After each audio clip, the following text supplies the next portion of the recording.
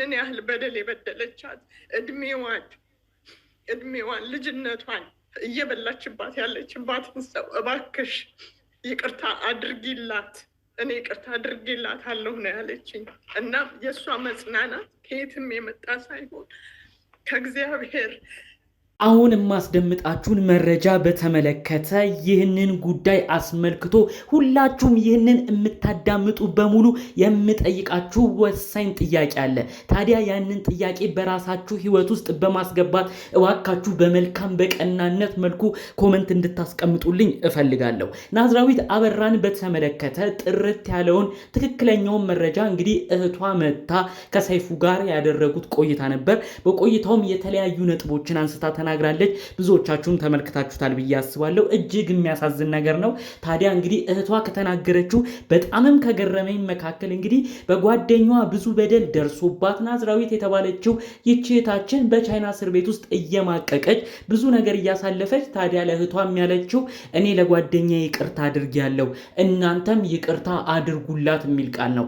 ይህ ምን አይነት መሰጠት ነው? ይህች እህታችን ሰውኛ በመሰለ መልኩ የማይቻለው ሁሉ ፈጣሪ አምላክ ምን አይነት ማስቻውን ሰጥቷት ነው ጭራሽ ብዙ በደል አድርሳባት ህይወቷን ቀምታት ምንም በማታውቀው ነገር በቻይና እስር ቤት ውስጥ እንድትማቀቅ ያደረገቻትን ያቺ ከባድ ጓደኛዋን ይቅርታ እስከ ማድረግ የደረሰችው እጅግ ከባድ ነው። ከዚህ ጉዳይ ጋር ተያይዞ ታዲያ እህቷ ብዙ ነገር ተናግራለች። ከ7 ዓመት በፊትም ብዙ ነገር ተሰምቷል።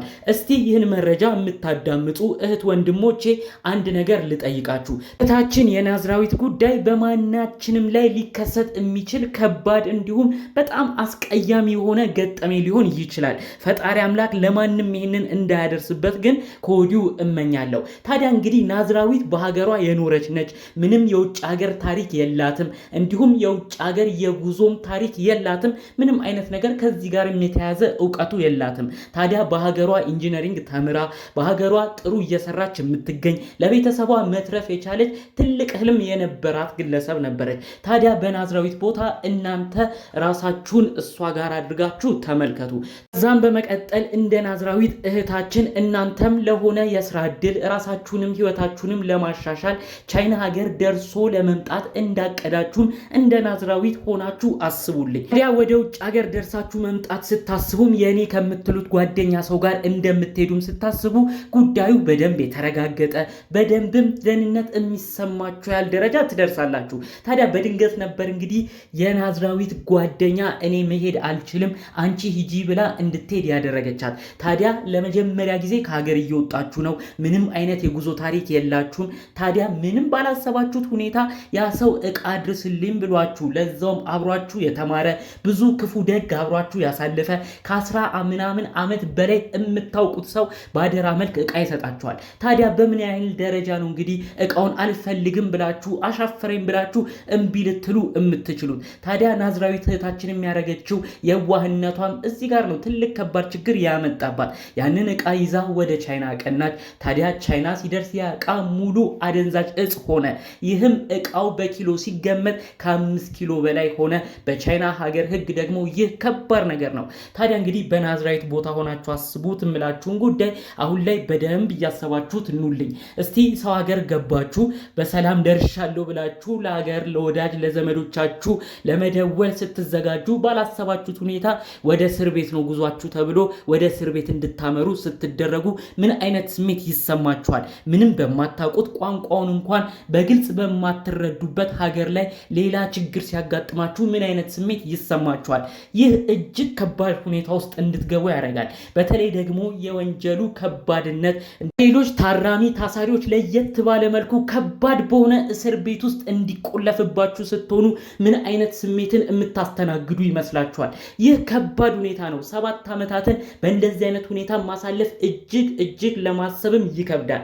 ነገር ግን ፈጣሪ አምላክ የእውነት ከናዝራዊት ጋር ነውና ይኸው አሁን ድረስ እያበረታት እሷን በመንፈስ እየታደሰች የተለያዩ ቋንቋዎችን እየተማረች አሁን ላይ በራሷ ጥሩ ነገር ላይ እንደምትገኝ ወዳጅ ዘመዶቿ እየተናገሩ ይገኛሉ። እንግዲህ ቻይና ሀገር ባለው ሕግ መሰረት በተለይ አንድ ሰው አደንዛዥ እጽን ይዞ ከተገኘ የሞት ቅጣት ፍርድ እንደሚያስፈርድ ቀደም ተብሎም ሲነገር ነበረ። ታዲያ ይህ የሞት ቅጣት ፍርድ ደግሞ እንግዲህ በኢትዮጵያና ቻይና በተደረጉ የተለያዩ ዲፕሎማሲያዊ ስራዎች ምክንያት ቀለል እንዲል ተደርጎ ወደ እድሜ ልክ እስራት ያ የሞት ፍርድ እንዲቀየር ሆኗል። ይህንንም ሁኔታውም እንግዲህ እህትየው ስታስረዳ ስትናገር ነበረ። በተለየ ሁኔታ ደግሞ እህትየው ከተናገረችው ንግግር በጣም የሚያስገርም ሆኖ እኔም በበኩል የተመለከትኩት ምን አይነት የከባድ ሁኔታ ውስጥ እህታችን እንደገባች ነው። ያለችበት እስር ቤት በቅጡ እንኳን ከጠያቂ ጋር መገናኘት የማትችልበት፣ በወር ውስጥ ለ10 ደቂቃ ያህል ስልክ ማናገር ብቻ የሚፈቀድበት፣ በአካል እንኳን ቤተሰብ ቀርቦ ለማውራት፣ ለመተቃቀፍ፣ ለመነካካት እንኳን የማይፈቀድበት ከባድ እስር ቤት ውስጥ እንዳለችም ጭምር ነው እህትየው የተናገረችው ማለት ነው። እንግዲህ እህታችን እንግዲህ ታስራ በነበረችበት ወቅት እንግዲህ የራሷ ዘመዶች ለ2 ጊዜ እንዳዩት፣ ነገር ግን ያንን እንኳን ባዩበት ቅጽበት ንክኪ ምንም አይነት እንዳልነበረ ፊልም ላይ እንደምናውቀው በመስታወት መልኩ ተከልሎ በስልክ ሁኔታ ነው እየተያዩ ሲያወሩ እንደነበረም ጭምር እህትየው ገልጻ የተናገረችው። የእውነት ይሄ ሁኔታ በጣም ከባድ ነው። እንደዚህ አይነት ከባድ በሆነ እስር ቤት በተለይ ምንም አይነት ወንጀል ንክኪ በሌለበት እንዲሁም ደግሞ ምንም አይነት የወንጀል ሪከርድ ለሌለበት ሰው ይህ ከባድ ሁኔታ ውስጥ እንዲገባ ያደርጋል። ናዝራዊ ደግሞ በቅጡ ሰው ሀገር እንኳን ሄዳ እማታቅ እንዲሁም ደግሞ በሀገሯ በኢትዮጵያ ራሱ ወጣ ያለ ነገሮች ውስጥ ያልተሳተፈች ከቤት ትምህርት ቤት ከትምህርት ቤት ስራ እያለች ቤተሰቦቿንና ስራዋን ብቻ እያከናወነች በሌሎች ሁኔታዎች ራሱ ምንም አይነት መጥፎ ቦታዎች ላይ ያልተገኘች እህታችን ነበረች። ታዲያ ምንም ባላሰበችው ባልጠበቀችው የኔ ብላ ባመነችው ሰው ነው እንግዲህ ይህ ሁሉ ጣጣ ውስጥ እንድትገባ ሆኖ በከባዱ የቻይና እስር ቤት ውስጥ እንድትቆይ ያደርጋል። የእውነት ይህ ሁኔታ በጣም ከባድ ነው። እስቲ እናንተ ራሳችሁን ጠይቁ። ምንም በማታውቁበት ሁኔታ እስካሁን ድረስ በስር መማቀቅ፣ ከዛም ባለፈ መልኩ ደግሞ እንደው የራሳችሁ ሰው እንኳን በቶሎ እየጎበኛችሁ የማይሆንበት ሁኔታ ሆኖ ምንም ከማታውቁት ህብረተሰብ ከባድ ወንጀል ከሰሩ ሰዎች ጋርም በተቀላቀለ መልኩ እዛ እስር ቤት ውስጥ ህይወትን መግፋት ምን አይነት ከባድ ጫና እንደሚፈጥር ተመልከቱ። የእውነት የናዝራዊት ሁኔታ በጣም በጣም ካሳዘኑኝ ታሪኮች መካከል ነው። የተቀማ ህይወት ቢባል ራሱ ትርጉሙ የሚያንሰው ነው ብዬም አላስብም። ከዚህ ጉዳይ ጋር የተያያዘ በፊት እንደውም የተሰሩ ፊልሞች ነበሩ። ታዲያ ይህንንም የተቀማ ህይወት የሚለውን ርዕስም በመያዝ ነው ይህች እህታችን ህይወቷን እኮ ተቀምታለች፣ ልጅነቷን፣ ወጣትነቷን በዚህ እድሜ ሰርታ የምትለወጥበትን ትልቅ ነገሯን ነው እንግዲህ ተቀምታ ያለ አግባብ ምንም ባላወቀችው ሁኔታ በቻይና እስር ቤት ውስጥ የምትገኘው። ይህ እጅግ ከባድ ሁኔታ ነው። እንደዚህ አይነት ነገር ውስጥ የከተተቻት ጓደኛዋ ደግሞ ምን አይነት ህሊና ይኖራት ይሆን በማለት ጓደኛዋንም ጭምር ብዙዎች እያነሱ እስካሁን የሚናገሩ አሉ ማለት ነው። ታዲያ እንግዲህ ይህችን ጓደኛዋን በተመለከተ ነው ታዲያ ናዝራዊት እኔ ይቅርታ አድርጌያለሁ፣ እህቶች ይቅርታ አድርጉላት በማለት ጭምር ከባድ ማንም ያልጠበቀውን መልእክቷን ሁሉ ያስተላለፈችው ማለት ነው። ታዲያ እንግዲህ ይህን ነገር ስትመለከቱ እውነት በናዝራዊት በኩል ፈጣሪ እያበረታት እያጽናናት አይደለም ብላችሁ ታስባላችሁ? የእውነት ይህ ከእግዚአብሔር መጽናናት ካልሆነ በጣም ከባድ ነገር ነው ብዬ ነው የማስበው። እንደው የሁሉም የተጨነቀውን ሰው በተለይ ለናዝራዊት ያላዘነ የለም። በተለይ እህትየዋ ዛሬ ስትናገር ደግሞ እጅግ ልብ በሚነካ መልኩ ነው እኔ ራሱ ጉዳዩን ስሰማ የነበረው። የእውነት እንደው እንደ ባህራን ደብዳቤ ብዙዎች በኮመንት ሲገልጹ ነበር። ዛሬ የሚካኤል ቀንን በማስታወስ ጭምር የባህራን ደብዳቤ እንደተቀየረው የሞቱ ወደ ህይወት እንደተሻረው ፈጣሪ አምላክ ያንቺንም ይቀይረው፣ ለሽበት ጭንቀትም አውጥቶሽ ለፈጣሪሽ እንድታመሰግኝ ለወዳጅ ዘመዶችሽም በአካል እንድትገናኝ ፈጣሪ አምላክ ይርዳሽ በማለት ብዙዎች በመልካም ምኞት ኮመንት ሲያደርጉ ተመልክተናል ማለት ነው። እንግዲህ ከዚህ ጉዳይ ጋር ተያይዞ የቻይና መንግስትም ጉዳዩን በደንብ በትኩረት እንዲያደርግበት ያደረገው ዋነኛ ምክንያት እሷ ኢንጂነር ስለሆነች እንዴት ነው ሰው ሻምፖን ዝም ብሎ ሲሰጣት ተቀብላ ልትወስድ የምትችለው?